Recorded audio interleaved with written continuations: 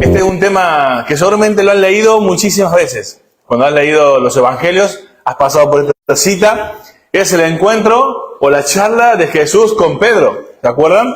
Cuando después de la resurrección, Jesús se encuentra con Pedro y los otros discípulos que estaban pescando. Y él tiene esa famosa charla donde le hace esas tres preguntas, ¿no? La misma pregunta 3 veces. ¿Pedro, me amas? Esta gran pregunta en la vida de Pedro y en nuestras vidas. Amén. Así que, hermano, este es un pasaje de mucho contenido aplicativo en nuestras vidas. Así que yo te voy a pedir algo esta mañana. Que te pongas a representante Pedro como si fueras tú. En vez que diga Pedro, di Julio, di Roxana. Hacé de Pedro tu representante esta mañana, te lo ruego. Y vas a ver cómo Dios le va a aplicar esas palabras, esas preguntas, esos dardos al corazón que realmente Jesús le preguntó a Pedro.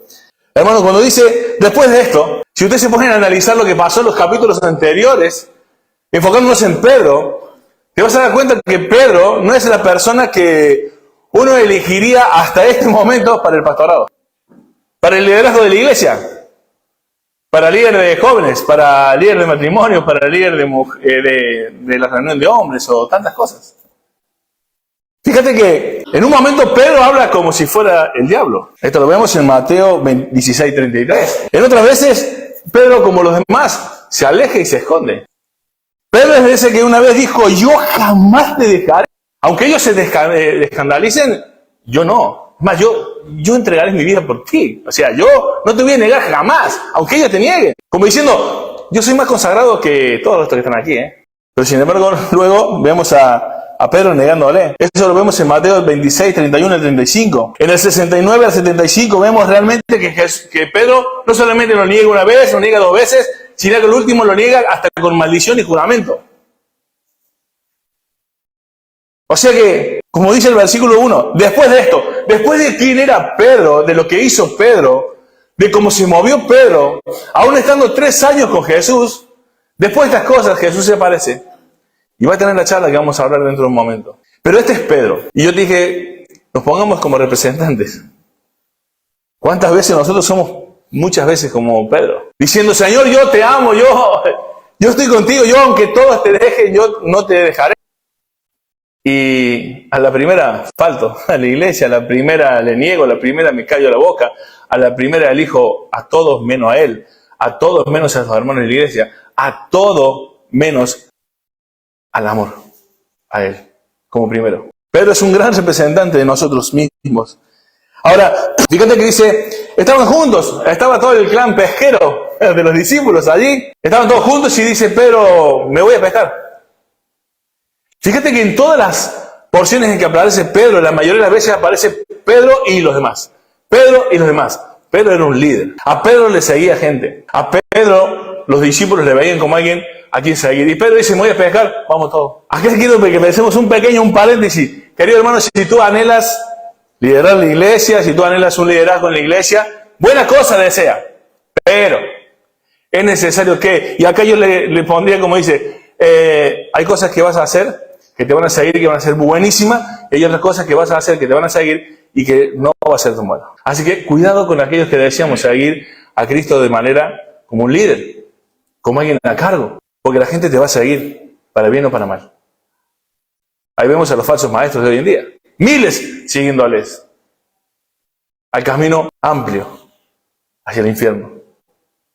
No hagáis maestros muchos de vosotros, sabiendo que recibiréis mayor condenación. Hay muchas advertencias y Pedro dice, me voy a pescar. Pero ustedes saben que cuando dice el versículo 1, después de esto, ¿qué había pasado anterior de esto? Jesús se le había aparecido, esta es la tercera vez que se le aparece. En Juan cuenta que hay 3 veces en el Evangelio de Juan cuando se aparece Jesús, ¿no? Del capítulo 20 en adelante. Ahora, querido hermano, ¿sabes qué es importante que esto? Ellos, cuando habían terminado de hablar con Jesús, las otras apariciones, y en los otros evangelios cuenta un detalle importantísimo. Ellos tenían una comisión. Pedro, como los otros apóstoles, discípulos, tenían que ir y predicar el evangelio. Tenían que ir a ser discípulos. Tenían que encargarse de la obra de Dios. Pero sin embargo dice Pedro, ¿qué? Me voy a pescar. Estaba olvidándose de la gran comisión. Estaba olvidándose de lo que Dios le había mandado a hacer. Volvió al comienzo. ¿Y cuántas veces encontramos a cristianos en este mundo diciendo que han recibido a Cristo solo para decir eso y volver a hacer lo que hicieron toda su vida? Volver al mismo trabajo, a la misma rutina, las mismas cosas, las mismas personas, pero diciendo que aman a Dios. Y diciendo que entienden la palabra de Dios. Querido hermano, este es Pedro y es representante nuestro. Lo vemos en un montón de gente. Dicen conocer a Jesús y se dejan caer a la iglesia de vez en cuando.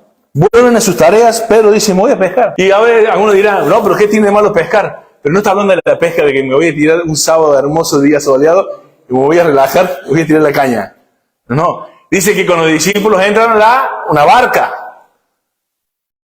En el versículo 7 nos dice, entonces aquel discípulo a quien Jesús amaba dijo a Pedro, ¿eres el Señor? Simón Pedro, cuando oyó que era el Señor, se ciñó la ropa porque se había despojado de ella y se echó al mar. ¿Qué quiero decirte con esto? ¿Ves el pasaje que está diciendo que estaban volviendo a su trabajo? No estaban en un momento de ocio. El ocio no está mal. Algún día dejar de hacer algo para hacer un momento de ocio con la familia, con los amigos, no está mal. Pero acá no está hablando de eso. Él volvió a las tareas, volvió al trabajo, volvió a hacer como si no hubiera conocido nada. Estaba haciendo un trabajo. Y cuando entra en la barca, ¿no?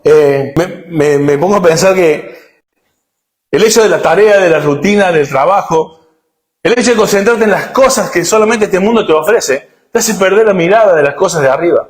Y Pedro, como los otros discípulos, seguramente están diciendo, bueno, Jesús dijo que teníamos que hacer esto, pero al final después, ahora no sé qué va a pasar. Bueno, sigamos con nuestra vida. Dice, Simón, hijo de Jonás, ¿me amas más que estos? Y aquí hay dos formas de pensar el pasaje y el significado estaría correcto. Yo me inclino más por uno que ya les voy a comentar. Cuando dice, ¿me amas más que estos? Sin duda, posiblemente sea la opción que la mayoría ha optado, es que más que estos, hablando de los discípulos.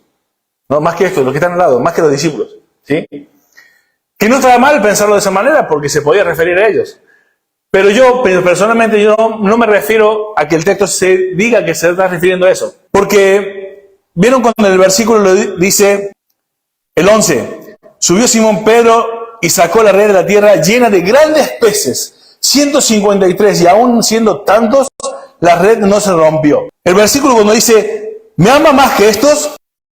Si vos te pones a pensar que ellos volvieron a hacer lo que estaban haciendo, a darle valor a lo que ellos querían, en esta tierra y no la comisión que Dios había mandado a Jesucristo, para mí se refiere más particularmente a, ¿me amas más que estos peces?